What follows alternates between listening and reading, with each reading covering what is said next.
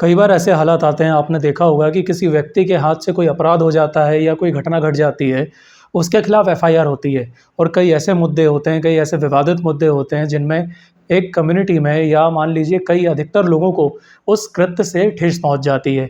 इसके कारण ये होता है कि पहली एफआईआर तो उस व्यक्ति के ऊपर हो गई, बट उस सेम ऑफ़ेंस के लिए देश के या राज्य के अलग-अलग कोनों में एफआईआर होना या करवाना लोग शुरू कर देते हैं। इन्हीं में से एक मामला आता है धार्मिक भावनाओं को आहत करने का। मान लीजिए किसी व्यक्ति ने उत्तर प्रदेश में बैठकर किसी की धार्मिक भावनाओं को आहत कर दिया, तो उस व्यक्ति ने टीवी या सोशल मीडिया के थ्रू आज मध्य प्रदेश में उस चीज़ को देख लिया, तो वो उसके ऊपर मध्य प्रदेश के थाने में जाके एफआईआर करा देगा। किसी और व्यक्ति ने यूपी के अलावा दिल्ली हो गया, छत्तीसगढ़ हो गया, वहाँ से उस वीडियो को देख लिया तो वहाँ एफआईआर दर्ज करा देगा। तो ये होता है कि किसी एक पर्टिकुलर ऑफेंस के लिए उस व्यक्ति के ऊपर मल्टीपल एफआईआर्स का हो जाना।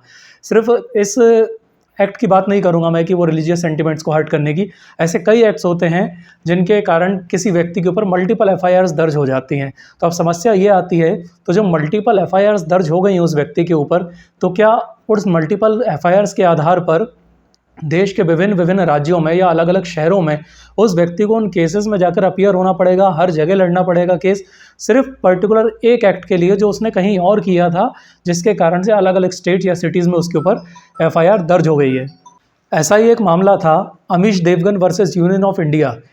इस केस में भी यही हुआ था कि सेक्शन 154 ऑफ द सीआरपीसी के तहत एफआईआर्स हुई, बट मल्टीपल एफआईआर्स हुई, जहाँ पर एपेक्स कोर्ट ने ये ऑर्डर दिया, जो पहली एफआईआर हुई थी उसे मेन एफआईआर मानते हुए बाकी सब्सिक्वेंटली जो एफआईआर्स हुई, जो मल्टीपल एफआईआर्स हुई, उन्हें 162 के तहत स्टेटमेंट माना जाएगा।